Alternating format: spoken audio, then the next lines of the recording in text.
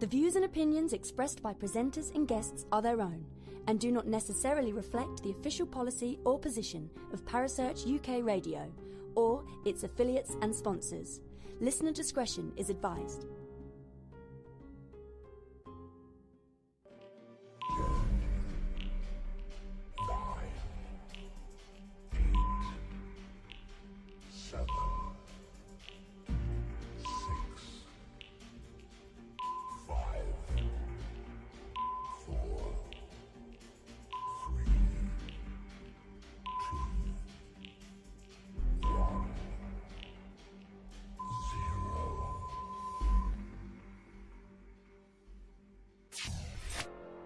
You're listening to Paranormal Concept right here on Parasearch UK Radio with your host, Paul Rook.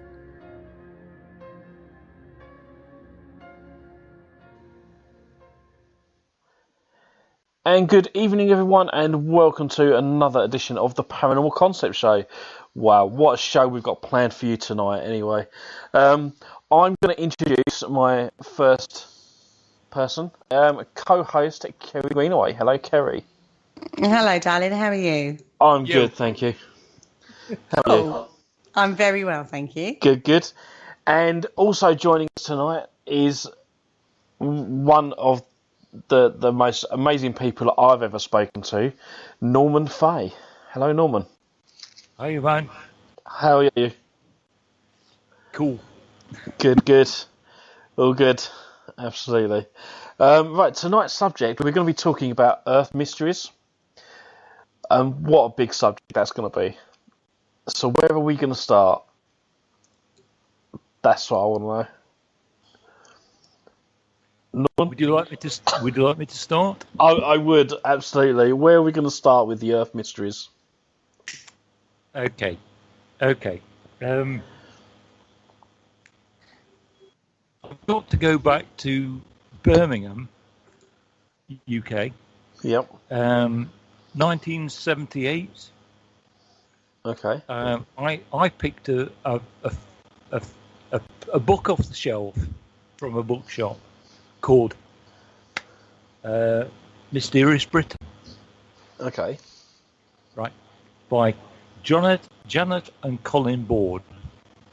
Now, most of your listeners won't even know what this means, because it was just, for me, it actually turned my head, because I bought it for like £2 or something stupid, and it was the best book I ever bought.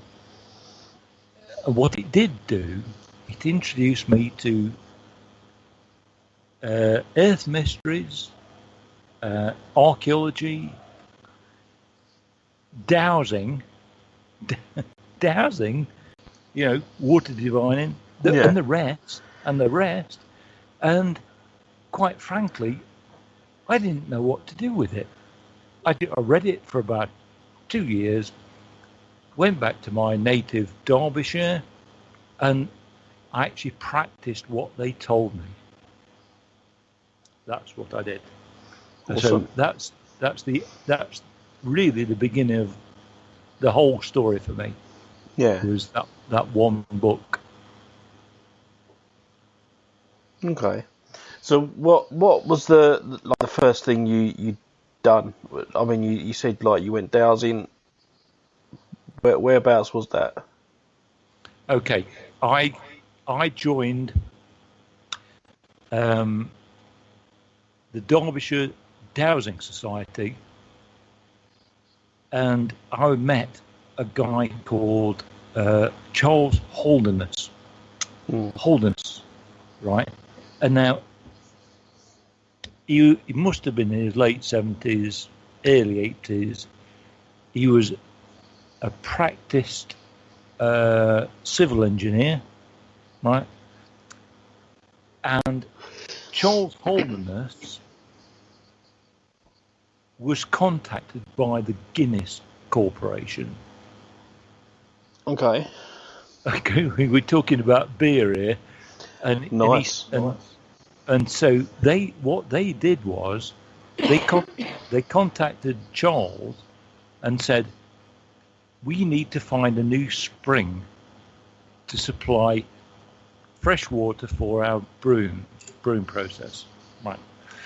And now Charles amazingly said, "Just send me the plans." And they wrote back to him and said, "Don't you want to come over and see the site?" I said, "No, I'll do it from home." Yeah. from Leicestershire. And he did.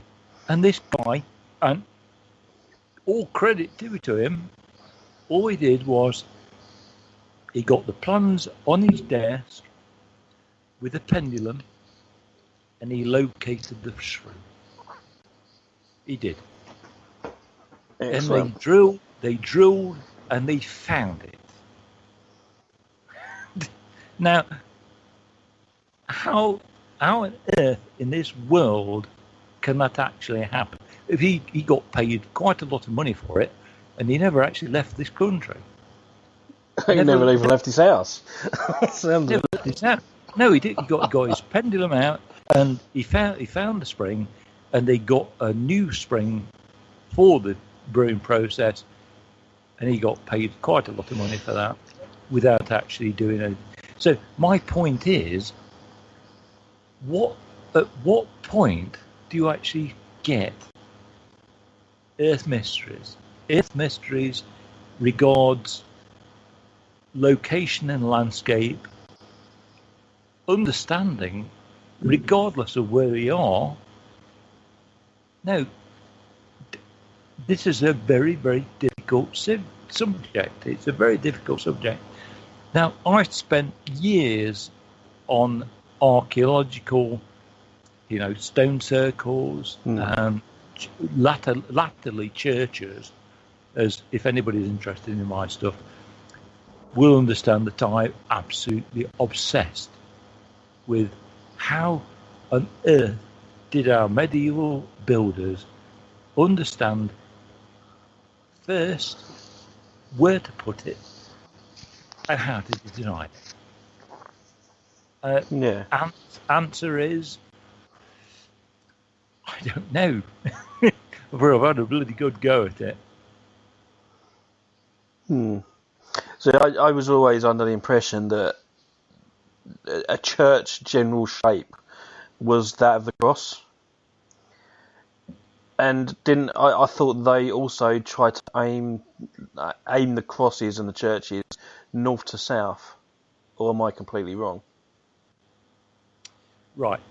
Most churches, regardless of the age, let's go back to Anglo-Saxon times, mostly east-west. East is the high end. It's where the altar is. That's what called the high end. East-west, and you've got a very direct line, one to the other. Now, I've discovered that's not always the case. That's not always the case. They sometimes get it wrong because, for a simple reason, how do you actually define north to south? I'd use a compass, to be fair. So that's what I was thinking. You'd only get the magnetic north and south, like magnetic north. So it's not true north anyway. Yeah. So these guys have got a bit of lodestone on the end of a string, which tells them that's east, north, south, east, west, and they put a peg in the ground and say that's it. A lodestone is the very earliest form of compass, which goes back to the pharaohs, and it's the way that they did it. Unfortunately, the Earth magnetic current has actually shifted over the years, and it's shifted a little bit this way and a little bit that way. So when you get a building of a church, they're not quite sure. Not quite sure how they're going to do it. So what they do is they follow the people that came before them. Yeah. And it's not quite right. Not quite right. But let's have I want to move the argument on a little bit, if you might. Yeah,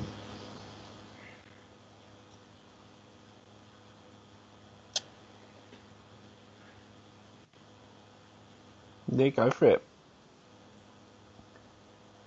Yeah. Okay.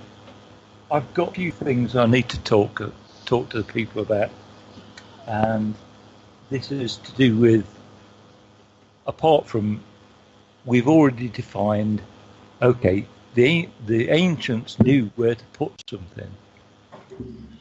Yep. Right. I've got a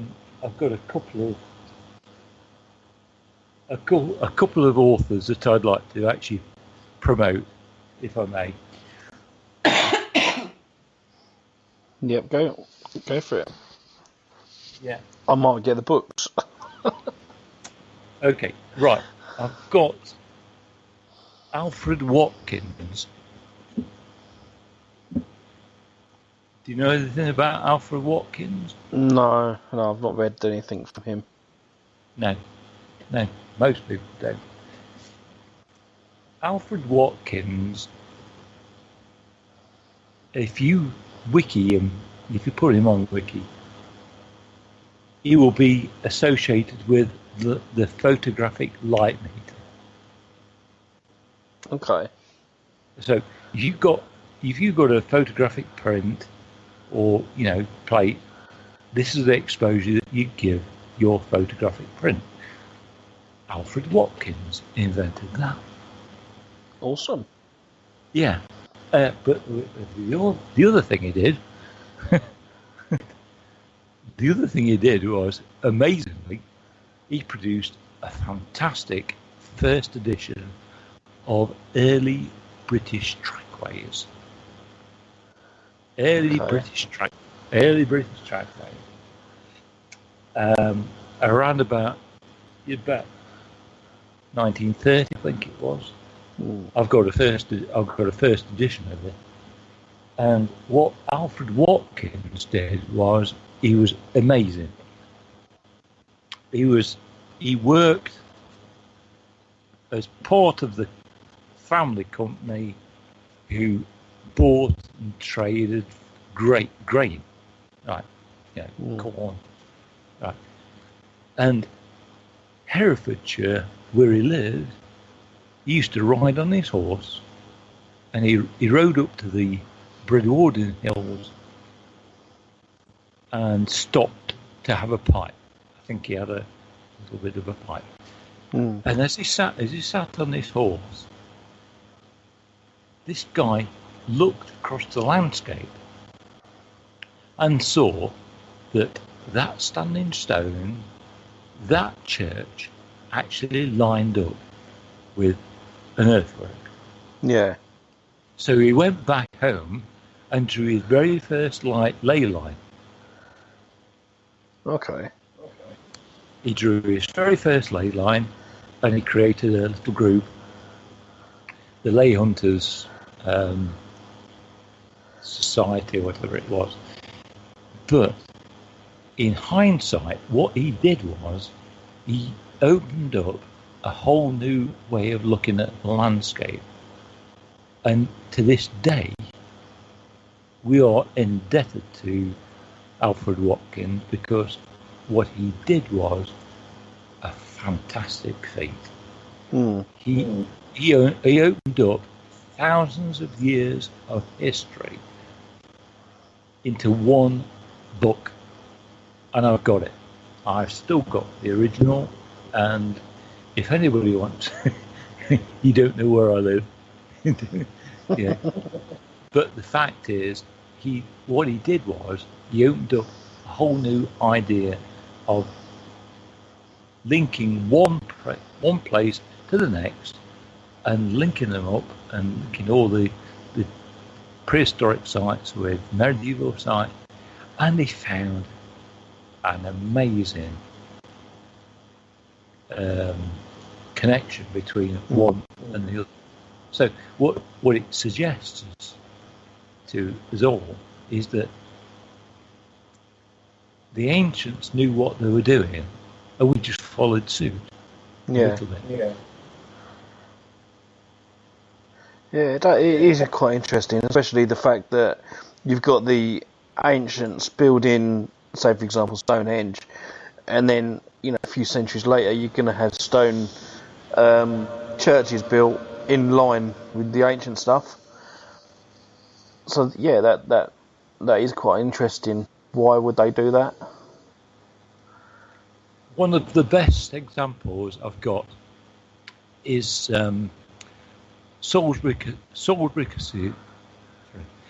Cathedral. Yep. You've got Salisbury Cathedral,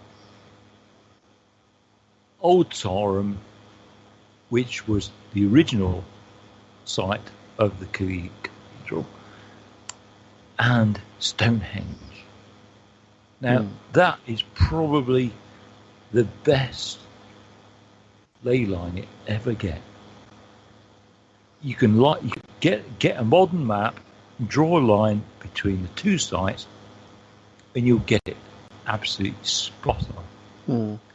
So what on earth were the people that built Salisbury Cathedral building on, which is effectively low-lying sodden ground, really? I mean, what a stupid place to put a cathedral. But they did. They did, and they knew. Is there any other churches or anything on the same ley line, or is it just between those 2 points? There are quite a few. There are quite a few associated with it. Yes. Okay. It's one of those, if you like, hardened.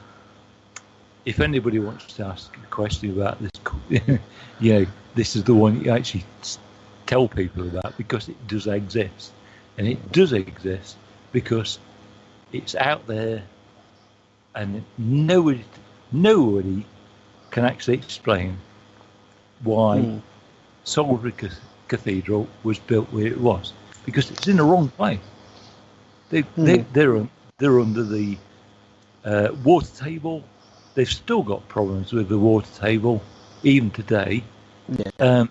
But if you draw a line between that side and that side, you've got an absolute doozy. It's the best, one of the best I've ever come across. May I ask a question at this point? We talked about they worked out the directionals, the compass directionals, by using a lodestone, and then you mentioned that that's changed over the years. So if these buildings are built in the wrong place because of that, then how does that back up a ley line? Right. I know I'm sounding a bit thick on this, but I kind of need to understand it. I was just going to ask about the distance between them, because if you say that cathedral's in the wrong place, then why isn't it like closer or further away, on the same line, but somewhere where there is all those problems? So could it be something to do with the distance, perhaps? No. Okay. They knew they knew that there was, whatever it was, in its lost knowledge, that's only just really come into a knowledge today, that if you draw this line to that line and you actually divide it properly, you're going to get that. And these people, now I'm talking about folks who only just knew about the wheel. How on earth did they know about this stuff? I have absolutely no. I have got no answers to this. Make it clear. I have no answers for this. All I'm asking is for folks to actually question the reasoning behind it. Well, that's what I was thinking, maybe, because to get that lane line, you said that there's more than one other point, so there's more than 2 points on this ley line. Yeah. Is there a connection between the distance from the start of the ley line, for example, to the first structure, and are they equally placed? So that's what I meant. Could it be distance related? Often not. Okay. Often not. Is it geologically related then? That's a good question. If you look at some of my church investigations, where you think is going to be the centre of the place isn't. It isn't. I've actually sat back in my chair and thought, bloody hell, you got this all wrong. No, because you weren't thinking in the mind of the people that built it. They had the knowledge that you don't have. So would they not be sometimes confined by boundaries set by other buildings as well? Often, yes. So it might not always be possible to site a church or a religious building on that particular area, because half of it's like the council town hall or something. You know, it's like so they have to move it over a bit. But that's wonderful. That's wonderful, Paul. Because if you get, for instance, if you go back to Avebury Stone Circle, the largest stone circle mound known in Europe is Silbury Hill. Silbury Hill, right? It dates back 5,000 years, something like that. Now, the Romans, when they built their centre at Bath, and they drew a line across the landscape and said, we need to go there. I'll tell you what they did. They avoided it. They did a bloody huge, great big kink in the landscape.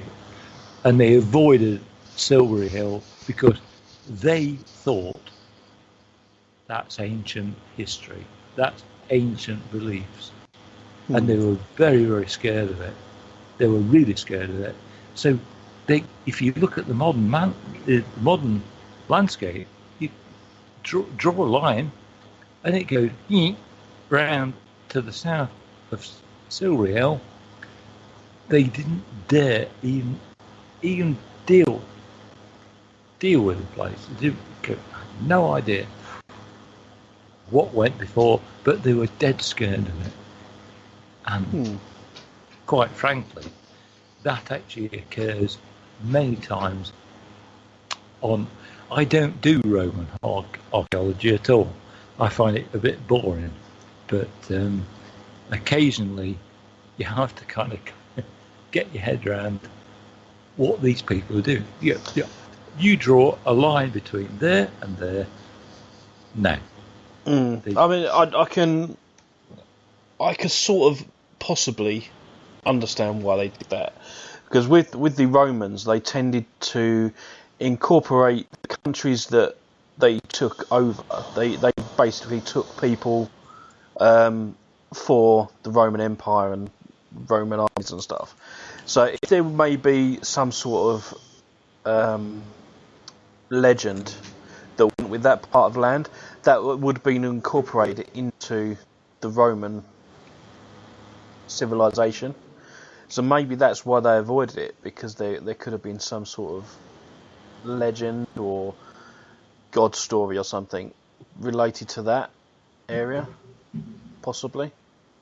Yeah, the client kings were, these guys were indigenous locals, and basically what they did was, after quite a bit of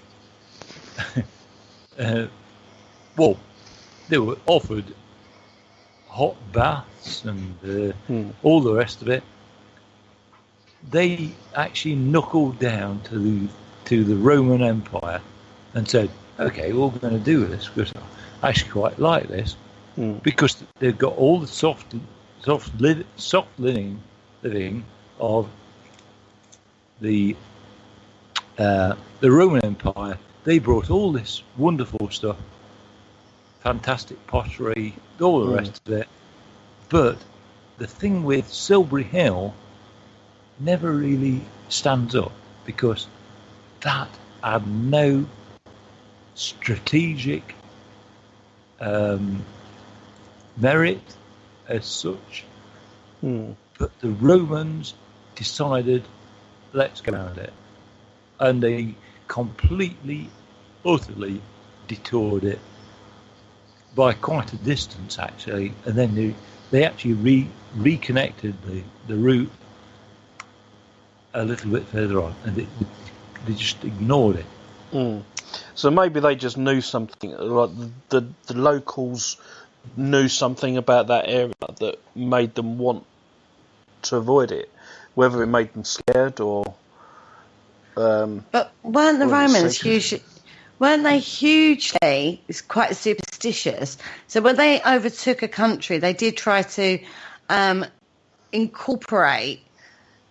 It wasn't so much of a dictatorship, was it? It was they tried to incorporate to rule by that method rather than just going in and saying, you've got to do what we tell you to do. They did that to a degree in regards to their sociological structures. But in regards to belief systems, they did try to incorporate those belief systems, from what I understand, because they were hugely superstitious as a race. The Roman Empire is basically built up of different civilizations. So you still got although you had like the central Rome who believed in some of the gods we was talking about last week. But you'd still have where they overtook, say, Spain, for example. There's still Spanish people in the Roman army that would still pray to their Spanish gods. That's what I'm saying. So it'd be the same when they came to when Britain. they came here, yeah. So when they came to Britain again, they've taken in our culture. So whatever we believed at the time, so maybe that could have been a sacred land. So they, rather than going through it, the people were like, well, no, we can't do that because it's sacred, or there's some sort of legend to it. I mean, I don't know too much about that area to actually explain anymore, but it would be a case of they're either too scared or it's something sacred to the people of that area that made them want to avoid it. That's how I would see that situation. Okay, I've got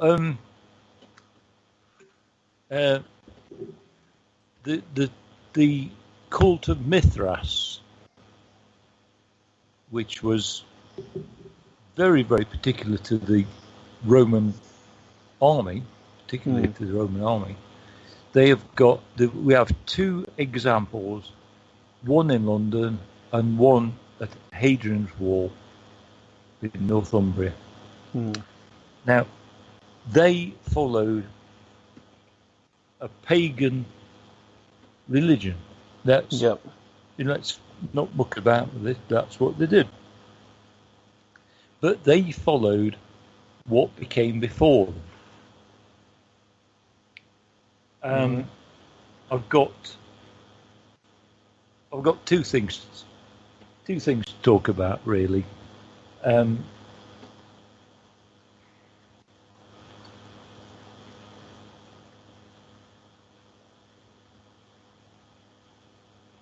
Right. The first thing I've got to talk about is a guy called Guy Underwood. Guy Underwood. Okay. Right. Not many people know about this bloke, but I've still got a first edition of The Pattern of the Past. The Pattern of the Past essentially gave us a passport into understanding how people who came before us, long before medieval period, long before prehistoric period, that's what they followed. That's what they did. Right. So, Guy Underwood, The Pattern of the Past. If you can get a copy of this, this is extremely rare. I mean, really extremely rare, but worth following through. And I looked at this book for years, and I discovered something inside me that said, this is the way to go. So yeah. I followed it on, and it's weird. This weirdest thing. I got into dowsing because of that particular book, and I was working at Castle Rising in Norfolk, and I had a couple turn up around about 5 o'clock, 4 o'clock, late November evening. It was just about dark, and I said, "Well, I'm just about to shut." And this guy said, "Well, we're going to do it anyway." He did, and he came back within minutes, and he put the interpreter phone down on my desk. He says, "I want to talk to you." Right. Why?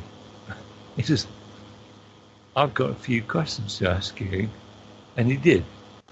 And he pitched a couple of questions at me. And he said, "Are you interested in dowsing?" "Yes." "Can you recommend any author or book I might actually extend my knowledge on this subject?" And I said, "Yeah, it's Tom Graves, The Diviner's Handbook." And there was a bit of a pause. He said, "I am Tom Graves." And he just got, I nearly fell through the floor. Tom Graves was in my room, and he said, "I am Tom Graves." He's still a Facebook friend. He's still out there. He's an amazing bloke. If you read any of his books, The Diviner's Handbook is the one I always recommend, because he doesn't mess around, and he actually produced like a lot of people out there don't really know.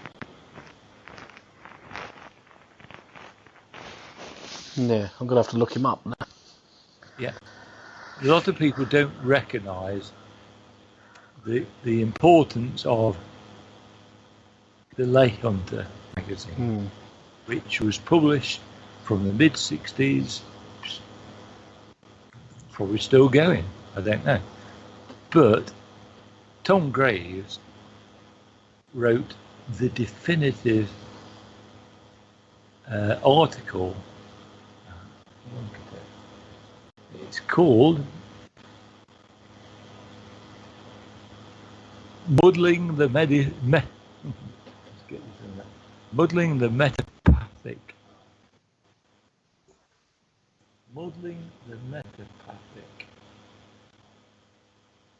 Okay. Muddling the Metapattern. It dates around about 1982, I think it is. And basically what he said was, everything that had gone before him was a load of rubbish. And I totally agree with him. He basically put his name on a line, said, everything I put to you before, load of rubbish. Load of this. It was a rebuttal against his own work. that takes some bloody doing, doesn't it? Don't you think? It does. But then I suppose that's what you as you go along in life, you learn new things.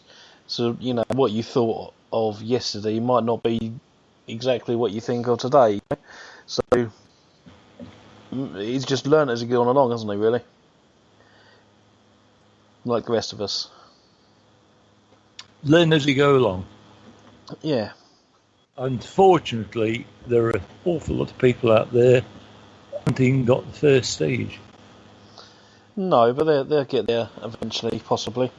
If they really are true to what they want to do. Indeed. Yeah. So, okay. So we've got into the dowsing and how you got into it and the trackways and stuff like that. I'm still struggling with the meaning behind all this. Yes, I know you can find springs and, you know, sacred springs and links between locations, but what's the meaning behind that? What does that mean in regards to how it shows that there's a link between things? That's what it does, and it shows that there is an integral connection between things in regards to the landscape. Yeah? There is, if we try to imagine what the Earth was what the Earth looked like to 5,000 years ago, or whatever, our people would have taken their cattle out there and they would have found parts of the landscape that they actually preferred. You know, anybody who actually has cattle or horses, they will find that they will gravitate to a particular part of the field. Now, we don't know why that is. If you get the dowsing rods out, you'll probably find there is an underground stream. So these people instinctively knew where to put cattle or, you know, sheep or whatever it is, that put them down that way because that's the best place for it, because it's beneficial. Mm-hmm. And as life progressed, as humanity progressed, we developed a better understanding of it. No, I don't think so. Actually, I think we're actually regressed. We've actually gone back into prehistoric times regarding this, the understanding of this. This is why I've been banging on about it endlessly. No, we need to review exactly where we've come from, and we don't understand it. Well, most of us don't. I think I do. I'm not being boastful or anything like that. It's taken years and years of research and observation and concentration on thoughts. Try to get into the minds of the people that actually did it. Medieval builders were not stupid. They were fantastic. I think they were probably the equivalent of the moon shot, really. If you got that amount of money, this is what you do. What they come up with, and that's what they did. So they produced cathedrals, they produced fantastic Gothic architecture of amazing variety. Fantastic. I'm totally in awe of it. They to me are better than anything we've got on the go at the moment. They had no technology. They had nothing apart from a piece of string and a piece, and a stake, and that's all they had. These people were absolutely on top of the game. On top of the game. So what's your understanding then? You think you understand the meaning behind it. What do you think is the meaning behind it? I understand everything you're saying, and I can understand where you're seeing the geometry and the links between the landscape and all of that, but I can't... I just want to know what it means. And the research you've done, what do you think it means? I think it's what they're trying to do. What they're trying to do is they're trying to hand down information in a code which is actually being lost. We've lost it. We've completely lost it, and it's only within the past few years that, because of modern technology, where we can actually go out and survey standing buildings and stone circles, all the rest of it, we can actually start to look at it very scientifically. And this is where I'm really coming almost completely on the side of science, is without it, we are lost. We can refer back to early records, we can do early maps, we can do everything else. But if you haven't got the really high-tech stuff, you haven't got you can't stand on it, because it won't work. It won't work. We need to get somebody who's really up to the mark, say, this is this, that's that, that's that. Bingo. You've sorted it. The medieval builders didn't have that facility at all. They had an eye, a thought, and a project. And they did a fantastic job. They did a fantastic job. Could it just not be a sign of the times, though? I mean, these days in particular, we're not really into the whole lavish and gigantic structures that they used to be interested in during medieval times. We're more compact and what's the word I'm looking for? Not constructive, but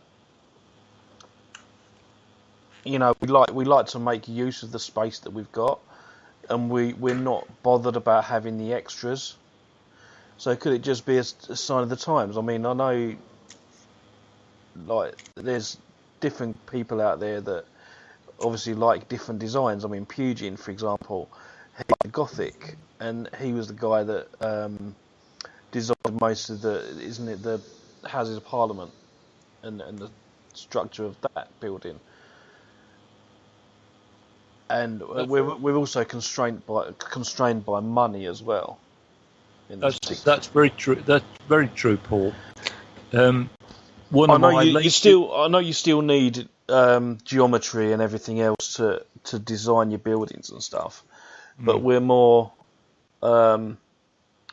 used to the fact that we have enough space for us.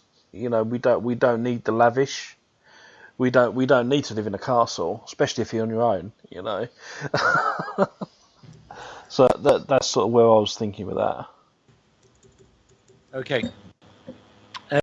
If we go back to some of my more recent research, is Gudrunget, which is in York. The church I chose as a subject matter was confined to very restricted area, because of not only the Roman occupation, Viking occupation.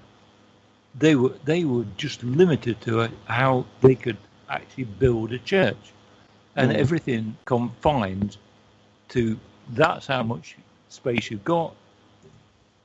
Do what you can with it, and that's what they did. And that I only published that a couple of days ago. Actually, if you want to go and have a look at that, I agree. Yeah, you are restricted as to what you've got. What space have you got to do it? But most of it is ancient. Could it be? And could it be just that nowadays we know more and have a greater understanding of the laws of physics than they did back then? So all they had to go on was what they observed, which was nature in action. And in nature, we talked about this pre-show, patterns repeat time and time and time again, don't they? So they would observe the natural symmetry and geometry around them and then just recreate that because they knew that that would work in creating a strong structure. I think on that as well, there'd be more of a belief system that they would be more one with nature if their buildings resembled certain structures, possibly. We've got, due to my recent research, we have got a recurring form which appears on churches, cathedrals, particularly cathedrals, which is the pentagram. Yeah. Now, the pentagram is a very difficult thing to actually lay out. If you were given a piece of paper, draw one of those, and you can't do it. It's an extremely difficult thing to do. But these people knew how to do it, and I've tried it. I've replicated it several times. Lincoln Cathedral, Norwich Cathedral, all these different really big places have got this underlying pentagram. Now, where the bloody hell's that gone from?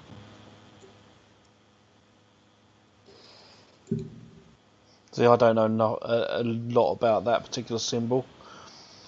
I know it's been around a long time. I think it's one of the earliest symbols in any form of recorded history, the pentagram. It goes back to, I think it's Venus. I think it's actually associated with Venus. But as a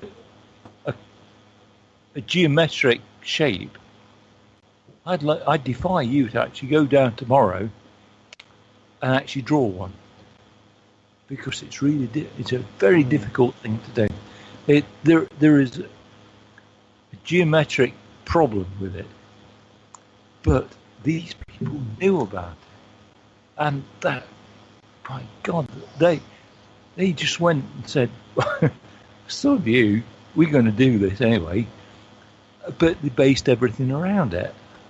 And only the people that knew about the Masonic, and I'm talking the builders rather than the later Freemasons, which I have no time for, they produce something that we should really understand. We don't know. Could be wrong. No, I it's just trying to tie all those points together, isn't it? It's tying all these points together to try and understand the meaning behind it, and the relevance of that meaning in regards to other work that's being done, because there's no doubt there are links there. There's no doubt that there is meaning there. It's just distilling it down to what that is and how that is relevant nowadays. it is, but how and why? Obviously it was, because it's been recreated time and time again through ancient structures throughout our landscape. It is just, what is that? We all know when we work rituals, the pentagram is one of the most powerful symbols you can use. But again, why? You know, it comes down to that, doesn't it? But then, sure, doesn't that then basically come down to the power of gods? Because if you look at some of the ancient structures, they mimicked the stars and the heavens, because their faith dictated that the gods were of the heavens.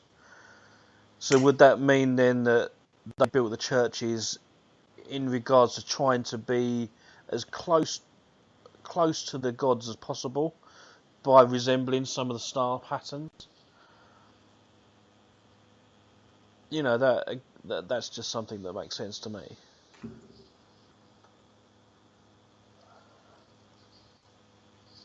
Norman?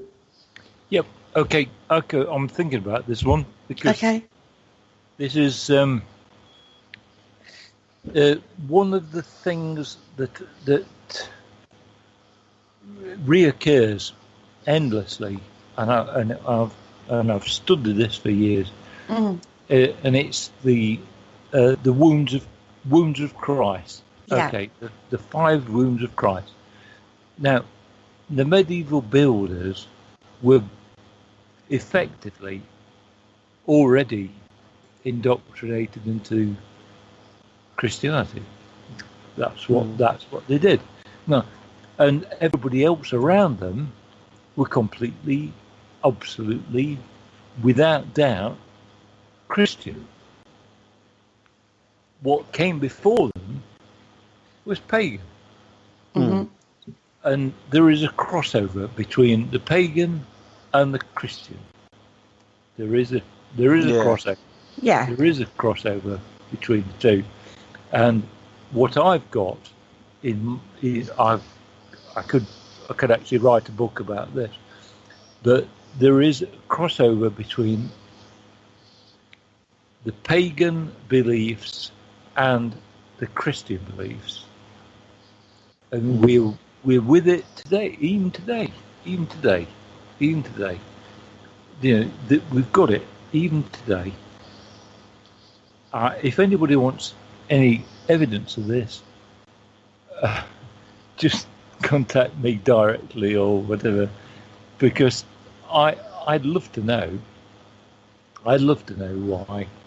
I haven't got all the answers. I don't have the answers. All I am is an explorer who stumbled into various things that probably don't make any sense to anybody, but at the end of the day, I reckon we've got a story to tell and say, actually, by the way, this is it. No, I don't think it's going to happen. It won't happen. It just won't happen because that's the way the world works. That's it, and there's hundreds, if not thousands, of different avenues that you could take with this research. Yeah, totally. I mean, you know, I would put down some of the geometry and everything down to the fact of pure religion and the cosmos and stars and stuff like that, and we just build upon that knowledge. And I think, you know, and these days we are constrained by where we can put churches, how we build churches, and stuff like that. You know, they can conform to what we need as opposed to what we want, if that makes sense. You know, I mean, my local church is it's almost like a little community centre. You wouldn't think it was a church if it weren't labelled outside. You know, but you know, back in the medieval period, you'd want churches to be grand, you know, because you're worshipping your gods. So you'd want them to be big and grand almost like a status symbol. And the money was in the church as well back then as well. Well, yeah, there's that as well. And they weren't constrained by the amount of land they were able to build on. It's a fascinating topic. It is, absolutely. Yeah. I've got one last thing before I go. Guy Underwood, Pattern of the Past, if anybody is interested in buying that book. He's got an amazing, I don't know how he did it, he managed to douse Westminster Abbey. Okay. What was his findings there? It's fantastic, because what he discovered was the whole of the abbey was centred on an underground stream. Okay. Which led east to west and actually defined exactly where they placed the abbey building, as you see today. Now, if anybody else had tried to do that today, now I'm dead lucky because I worked for the Geological Survey, British Geological Survey in the late 80s, and I managed to get on top of the Cosmati pavement, which is sacred. It is sacred. They very, very rarely unroll the carpet on that, and I got on top of it, and I spent an hour on the Cosmati pavement. Wow. Not many people know this. Not many people even have experienced this. This is where a lot of my stuff you don't know about because I keep it quiet. You don't know about it. I just keep it quiet. I keep it quiet because I know that once people get a hold of it, they're going to start messing around with that. They will. So, anyway, this conversation has been fantastic. Yeah, I've really enjoyed it. It's amazing. I could talk to you for hours on this and just get more answers from you, from the research that you've done, that we haven't really been able to delve into in the last in an hour. Just 1 hour does not do it justice at all. Get me back. That's it. We'll have to do a 3-hour show one day. All right, Norman. He'll be exhausted by the time we finish grilling him. Do you know what? I don't think my brain could cope with that, to be fair. It just takes a bit of time for the knowledge that you've spoken about in the last hour to sort of sink in, and it blows your mind. I totally agree. It blows your mind because it opens up so many questions, and I know there's so much more work that you've done that we've not been able to sort of like delve into on this show in regards to the work you do. I find the work you do absolutely fascinating, and I know there's a lot more to come. It does my head in.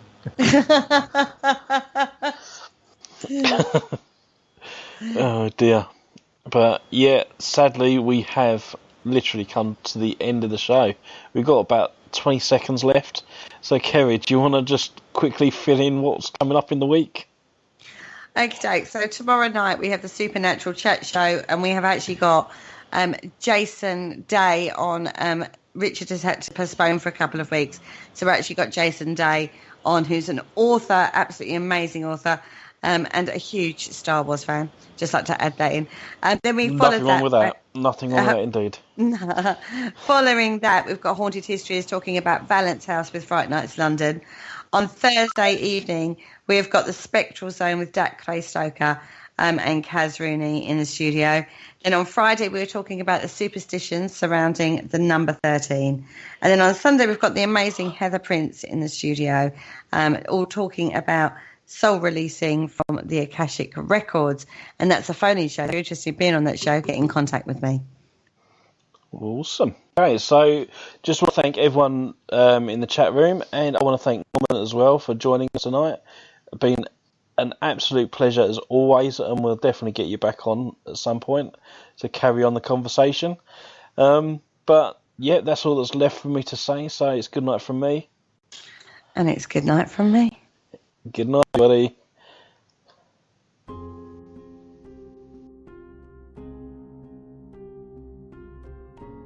Thank you for listening. Don't forget to join us for more shows throughout the week.